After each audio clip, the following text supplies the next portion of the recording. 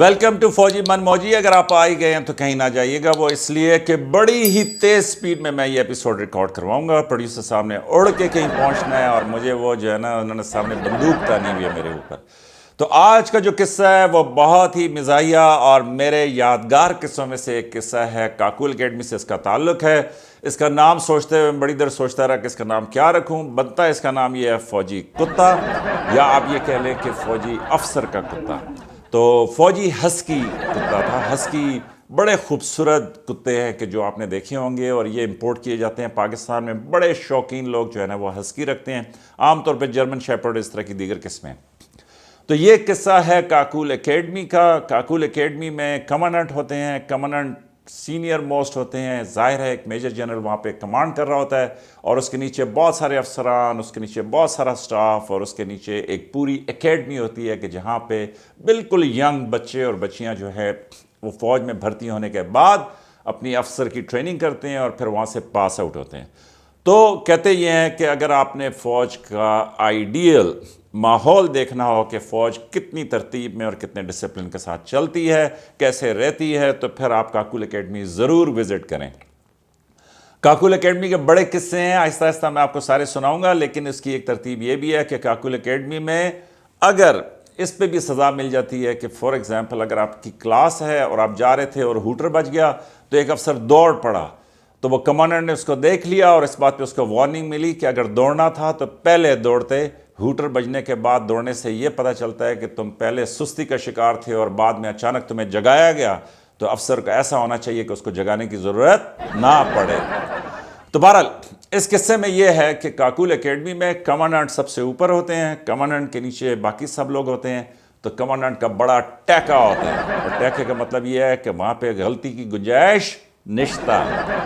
تو ہوا یوں کہ کمانڈنٹ نے اپنے کوارٹر ماسٹر کو, جو کہ ایک فل کرنل ہوتے ہیں, انہوں نے اے کیو کو کہا کہ, اور وہ کمانڈنٹ جو تھے وہ میں ان کا نام نہیں لیتا, لیکن ان کی عادت تھی کہ وہ تھوڑی سی نا اردو جو ہے وہ گلابی انداز میں بولتے تھے. تو انہوں نے کہا رات کو کہ کتا بھونکتا ہے تو اس کو چیک کرو, تو ڈسٹربز می اے لاٹ. تو اے کیو صاحب نے کہا کہ رائٹ سر. تو کمانڈنٹ نے کہا کہ اس کو ایلیمینیٹ کر دو. اس کا مطلب یہ ہے کہ کتے کو مار دو. ٹھیک, تو یہ میں گلابی انگلش آپ کو اردو آپ کو اس لیے سنا رہا ہوں کہ اس زمانے میں ہم لوگ مذاق میں کہتے تھے کہ کمانڈنٹ ایسے بات کرتے ہیں. تو ہوتا ہے کئی جس طرح اوورسیز پاکستانیز ہیں, ان کے بچے آ جاتے ہیں تو وہ گلابی اردو میں بات کرتے ہیں. میرے بارے میں بھی کسی نے لکھا کہ جی آپ گلابی اردو میں بات کر رہے تھے. تو یہ فن پارٹ ہے, تو اس کو انجوائے کیجئے گا. بندوقیں لے کے یہ نہ چڑھ جائیے گا کہ تم تو انگریز کا غلام اور یہ اور وہ ساری باتیں. تو جنرل نے کہا کہ کتے کو مار دو. ایک ہی صاحب نے کہا ٹھیک ہے. اور میں نے آپ کو بتایا کاکول اکیڈمی میں بیسٹ آف دا بیسٹ کی ٹریننگ ہوتی ہے, تو وہاں پہ best of the best army کے ٹرینرز موجود ہوتے ہیں. تو ایسے سپاہی ہوتے ہیں کہ جو پوری آرمی کے اندر نشانہ بازی میں یا رائفل کے اندر فرسٹ آتے ہیں, اور ایک 100 رائفلز کا بیج ہوتا ہے کہ جو انہوں نے لگایا ہوتا ہے. تو ایک کہتا ہے WTA area, weapon training area. تو ویپن ٹریننگ ایریا کے اندر پاکستان آرمی کے بہترین مایا ناز قسم کے جو سولجرز ہوتے ہیں, سپاہی افسر, سپاہی اور جوان, کہ جو ویپن پہ یا ہتھیار پہ بڑی مہارت رکھتے ہیں, تو وہ ہوتے ہیں. تو آرڈر مل گئے, اور اے کیو صاحب نے نیچے WTA ایریا میں کال کیا. جیسے انہوں نے کال کی تو وہاں سے ہوا یہ کہ جی جو کیا کہتے ہیں اس کو WT کے انچارج تھے, ان کو انہوں نے بتایا کہ کوئی رات کو کتا بھونکتا ہے اور اس کو مار دو. تو انہوں نے کہا جی رائٹ سر, حکم کی تعمیل ہوگی. اور انہوں نے یہ کیا کہ جی ایک صوبیدار صاحب کو اور ان کے ساتھ ایک لانس نائک تھا کہ جو بڑا بیسٹ نشانے باز تھا, تو ان کو انہوں نے ہتھیار بھی دیا اور ساتھ جو ہے نا ایمونیشن دیا. اور وہ جناب چلتے چلتے چلتے سیدھا, اور کاکول اکیڈمی بالکل اس طریقے سے ہے کہ اگر آپ جائیں, یہ نیچے ہے اور اس طرح پہاڑی اوپر چلتی ہے, اور وہاں پہ اوپر ٹاپ پہ جا کے افسروں کے گھر, اور اس طرح پوری اکیڈمی بنی ہوئی. تو وہ لوگ اوپر پہنچ گئے. اوپر پہنچنے کے بعد اب وہ جناب دائیں بائیں ڈھونڈتے پھر رہے ہیں. کمانڈر کا کافی بڑا گھر ہوتا ہے, باؤنڈری وال ہوتی ہے, اور آپ کو پتہ ہے کہ ایبٹ آباد بڑا ہرا بھرا شہر ہے, تو وہاں پہ درخت اور ہریالی اور سب کے بیچ میں اب وہ تلاش کر رہے ہیں کتے کو. تو ہوا یوں کہ جی تھوڑا زاویہ بدلنے کے لیے, اور صوبیدار صاحب نے کہا کہ جی انج کرنا, تو ذرا قد دے اتے چڑھ. تو وہ قد کے اوپر چڑھ گیا. جن کو سمجھ نہیں آ رہی کہ دیوار کے اوپر چڑھ جاؤ, تو وہ کمانڈنٹ کے جو گھر تھا اس کی اور ایک اور بات کہ وہ جو کمانڈنٹ تھے ان کی فیملی نہیں تھی. ٹھیک، تو اس لیے وہ ان دنوں اکیلے رہتے تھے، تو بالکل ان کے پیچھے جو ہے نا آپ یوں کہہ لیں کہ 1-2 ملازم ہوں گے کہ جو ان کے گھر پہ ہوں گے، تو زیادہ وہاں پہ کوئی زیادہ رونق نہیں تھی. تو یہ قد کے اوپر چڑھ گیا، مطلب دیوار کے اوپر چڑھ گیا جو سپاہی لانس نائک ہے، اور وہاں سے اس نے ادھر ادھر دیکھنا شروع کیا. تو اتنے میں اس نے دیکھا کہ ایک کتا جو ہے وہ وہاں سے ہوتا لان میں سے سیدھا سامنے آ گیا. تو اس نے نیچے صوبیدار صاحب کو دیکھا، اس نے کہا سر، اس نے کہا جی، اس نے کہا سر کتا تو نظر آ گیا. اس نے کہا پھر چھک دے. اس نے کہا سر مار دو. اس نے کہا، اس نے رائفل تھا، اس نے پھر کہا کہ سر اڑا دوں. اس نے کہا اڑا دو. دیکھیں آرڈر از آرڈر، یہ میں آپ کو کہتا ہوں کہ فوج میں آرڈر از آرڈر. تو وہ جیسے اس نے کہا اڑا دو، سپاہی ماہر نشانہ باز تھا، اس کو تو صرف حکم چاہیے تھا، اس نے وہ گولی چلا دی. اور وہ بیچارہ معصوم سا ہسکی جو ہے وہ وہیں پہ ظاہر ایک ہی گولی کے ساتھ وہ بیچارہ جو ہے وہاں پہ مر گیا. تو جیسے ہی وہ ہو گیا تو اس نے کہا مار دیتا کتا. اس نے کہا جی سر. تو وہ صوبیدار صاحب نے کہا کہ اوکے جی گریٹ. تو ابھی وہ وہیں پہ کھڑے ہوئے تھے، تو ظاہر ہے کہ وہ اب فائر کی آواز سے وہاں سے وہ اندر سے ملازم ایک دوڑتا ہوا آیا، اور اس نے دوڑتے ہوئے آ کے اس نے دیکھا کتے کو، اوپر دیکھا سپاہی کو. تو اس نے کہا یہ تم نے کیا کیا؟ اس نے کہا کیا کیا؟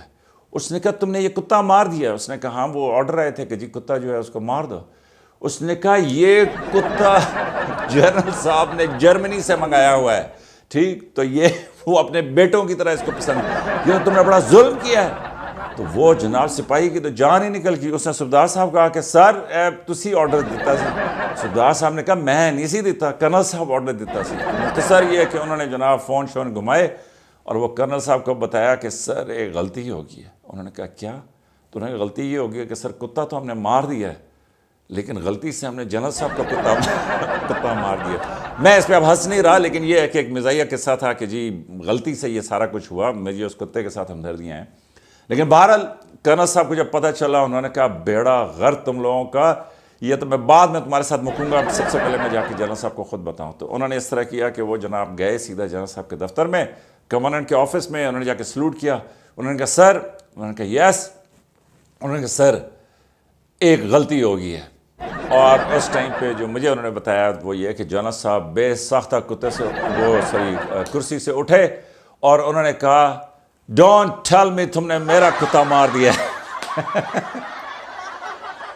اور اس کے بعد جو ہے وہ کیا کہتے ہیں کہ تاریخ جو ہے وہ گم ہو گئی. اور اس کے بعد جو ہے بڑا یہ ایک سنسنی خیز واقعہ، جس طرح آج کل آپ لکھتے ہیں نا کہ جی گیم پلٹ گئی، بازی الٹ گئی، تو یہ وہ سارا کچھ تو بالکل اسی طرح کی سنسنی خیز یہ سٹوری بنی.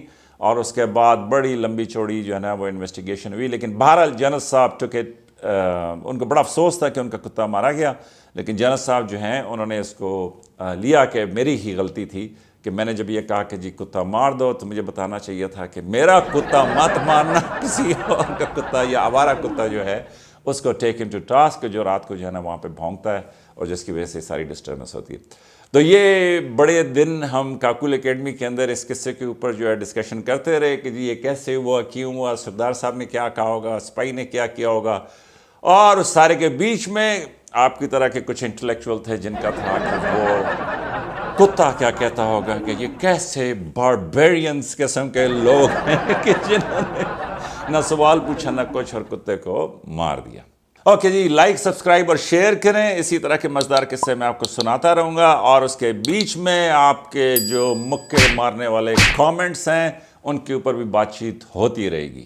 اوکے، پارٹ 2 میں ایک سیریس بات، اور سیریس بات میں کرنا چاہتا تھا 26ویں آئینی ترمیم. اور اس میں یہ بات کرنا چاہتا تھا کہ دیکھیں جی آئینی ترامیم آتی رہتی ہیں، آئینی ترامیم بہتری سے رولز لوگ بناتے ہیں، اس کے بعد ان رولز کو چینج کرتے رہتے ہیں، ان کو پہلے سے بہتر کرتے رہتے ہیں.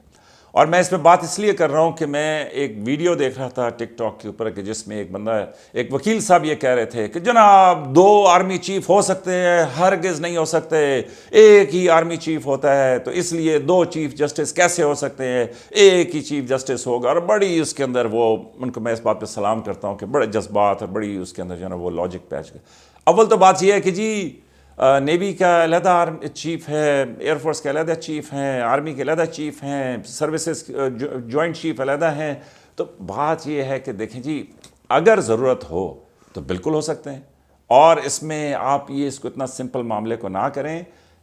آئینی ترمیم میں جو دوسری پارٹی ہے، جو حکومتی پارٹی ہے کہ جو یہ کہنا چاہتی ہے کہ یہ آئینی ترمیم ضروری ہے، وہ یہ کہہ رہے ہیں کہ جناب 60,000 سے زیادہ سپریم کورٹ کے اندر کیسز ہیں کہ جو ابھی انہرڈ ہیں یا جو پینڈنگ ہیں کہ جن کے اوپر اتنے سالوں سے انصاف نہیں ملا، لیکن روز، اور یہ بات سچ بھی ہے کہ روز آپ دیکھیں کہ ٹی وی پہ، سوشل میڈیا پہ ارد گرد ایک آئینی، اب یہ گستاخی نہ ہو جائے، ایک آئینی تماشا لگا ہوا ہے کہ جس کے اوپر یہ حقوق ہیں، یہ ہے، یہ وہ ہے، یہ یوں ہے، یہ یہاں ہے.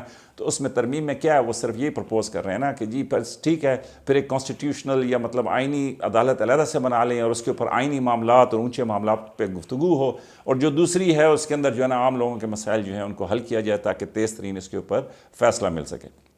اچھا، اس کے علاوہ ایک اور بات جو جس پہ بڑی تنقید ہو رہی ہے وہ یہ ہے کہ جی ملٹری کورٹس. تو دیکھیں جی ملٹری کورٹس کا کیا ہے، بات یہ ہے کہ پاکستان کے مخصوص حالات ہیں. پاکستان کے اندر آپ دیکھیں تو صحیح کہ ہمارے بارڈرز کے اوپر کیا سچویشن ہے، اور دوسرے دیکھیں کہ پاکستان کے اندر دہشت گردی، مطلب 193+ شہداء صرف جنوری سے لے کے اس سپتمبر تک ہیں، اور اس میں 20 سے زیادہ جو ہے نا کرنل سے لے کے کیپٹن تک، لیفٹیننٹ تک افسران ہیں. تو اتنی شہادتیں تو جناب بڑی جنگوں کے اندر نہیں ہوتی نا. تو پھر پاکستان کیا کرے؟ مطلب اگر دہشت گردوں کے حقوق ہیں، اس کو فیئر ٹرائل کا موقع ملنا چاہیے، یہ ہونا چاہیے، وہ ہونا چاہیے، تو دوسری طرف جو باوردی اپنی جانیں دے رہے ہیں ان کے کوئی حقوق نہیں ہے، ان کی کوئی سنوائی نہیں ہے، ان کا کوئی، ان کی ماؤں کا، ان کے باپوں کا، مطلب ان کے ہم جو باقی لوگ ہیں، کیا ہم ان لوگوں کا حق نہیں ہے کہ جی وہ بھی کہیں کہ جی اسپیڈی جسٹس دیں، اگر یہ کرمنل ہے، دہشت گرد ہے تو ان کو جڑ سے کاٹیں. تو اس لیے میں یہ نہیں کہتا آپ اپنا موقف اپنے جگہ پہ قائم رکھیں، لیکن بے جا جو ہے اس کو ہائپ سے گریز کریں. اچھا آپ نہیں دے رہے ہوں گے، لیکن جو ہائپ دے رہے ہیں ان کے ساتھ آپ تھوڑا سا کوالیفائی کریں، ان کی بات کو سنیں، دوسروں کی بات سنیں، پھر اس کے بعد جو آپ کا فیصلہ ہو سو بسم اللہ آپ اس کو قبول کریں. لیکن یہ ہے کہ جی شروع سے ہی رد کر دینا کہ نہیں جی ہم اس کو نہیں مانتے، ہم اس کو نہیں مانتے، ہم اس کو چھوڑ دیں گے، ہم اس کو وہ کر دیں گے. اور بات یہ ہے کہ جو آئینی عدالتوں کا جہاں تک بات ہے، مطلب 56 کے قریب ممالک ہیں کہ جن کے اندر آئینی عدالتیں موجود ہیں. تو اگر پاکستان میں بن گئی تو کیا ہے، اگرچہ میرا ذاتی موقف یہ ہے کہ اداروں کو کم کرنا چاہیے، زیادہ جو ہے وہ بوجھ عوام کے اوپر نہیں جانا چاہیے. لیکن اس میں ایک اچھی خبر بھی ہے، اور وہ یہ کہ بلوچستان اسمبلی کے اندر وہ 65 سے تعداد بڑھا کر 81 کرنے جا رہے ہیں. تو اچھی بات ہے، زیادہ ریپرزنٹیشن ہوگی، زیادہ لوگ ہوں گے جس کے اندر جو. تو اس لیے 26ویں آئینی ترمیم کے اوپر میں یہ بات کرنا چاہ رہا تھا کہ یکسر موقف کو رد نہ کیا کریں. آپ اس کے اندر دونوں کی بات چیت سنیں اور اس میں دیکھیں کہ کیا بہتر ہے کیا نہیں بہتر، اس کے اوپر آپ اپنی اوپینین دیں. لیکن اس ٹائم پہ جو ماحول بنا ہوا ہے وہ یہ بنا ہوا ہے کہ کسی نہ کسی طریقے سے بات کو ہائی جیک کر لو، اور اس کے بعد، اور وہ میں نے جس طرح پچھلے پروگرام میں کہا تھا کہ جی جس کے ہاتھ میں مائک ہے انکلوڈنگ می، اس کو 7 خون معاف ہیں، وہ جو مرضی ہے بولے جائے، جس طرح میں جو مرضی ہے بولتا جا رہا ہوں. اس میں آپ پہ ایک بڑی بھاری ذمہ داری ہے، اور وہ یہ کہ ہاں جی سنیں سب کی بات اور اس کے بعد فیصلہ کریں کہ کون سی بات آپ نے سننی ہے، کون سی بات آپ نے ماننی ہے، نہیں ماننی ہے. اور یہ بھی بالکل صحیح ہے کہ جی آئینی ترامیم کے چکر میں گورنمنٹ کو بھی چاہیے کہ وہ آئینی ترامیم جو ہیں وہ شیئر کریں تاکہ اس کے اوپر ایک لارجر ڈیبیٹ ہو جائے، اور اس کے بعد لوگ اپنا ایک موقف بنا لیں کہ کس طریقے سے. اتنا چھپنے چھپانے کی ضرورت نہیں. تو بہرحال یہ تھا آج کا پروگرام. لائک، سبسکرائب اور شیئر کریں. آپ کی محبتوں کا بہت شکریہ، جس طرح آپ ہم سب کو سپورٹ کر رہے ہیں. مجھے یقین ہے کہ یہ فوجی محفل جو ہے وہ بڑھتی چلی جائے گی، اور اس میں اسی طرح ہم اپنے ینگ آفیسرز، ینگ جو سولجرز، بچے، اور اس کے بعد ان کے جو شہادتیں، جو زخمی، جو غازی، ان سب کی جہاں پہ ہم قربانیوں کا اور ان کی عظمتوں کا ذکر کریں گے، وہیں پہ ہنستے مسکراتے انداز میں آپ کو بتاؤں گا کہ آپ کی افواج پاکستان ہیں کیسی، سادہ اور پروکار. مطلب ایک سادہ سی زندگی ہے جو فوج میں افسران گزارتے ہیں. یہ جو پروپیگنڈا ہو رہا ہے کہ جی وہاں پہ شاید روز بیٹھ کے وہ حساب کرتے ہیں کہ جی میں نے سونا اٹھانا ہے تو تو نے ہیرے اٹھانے ہیں، یہ سب بکواس ہے. چند میں کہوں گا کہ بڑے غلیظ لوگ ہیں کہ جو اپنی ذاتی تھوڑے سے فائدے کے لیے اس طرح کے جو ہے پروپیگنڈا کر رہے ہیں. اور مصیبت یہ ہے کہ سوشل میڈیا میں آپ ایک چیز دیکھنا شروع کر دیں، بار بار وہ آپ کو اتنی ترتیب سے دکھائے گی کہ آپ کو لگا کہ ہر بندہ یہی بات کر رہا ہے، لیکن ایسی بات نہیں ہے.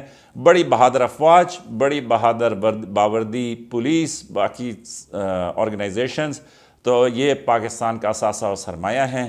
آپ سب نے، ہم نے مل کر ان کی حفاظت کرنی ہے اور ان کے ہاتھ مضبوط کرنے ہیں. تو آپ کی محبتوں کا ایک دفعہ پھر بڑا شکریہ. اسکرین پہ آپ کو باقی قصے نظر آ رہی ہیں، فوجی قصے سنیں، انجوائے کریں، اور اپنے کامنٹس بھی ہمارے ساتھ شیئر کریں. Thank you.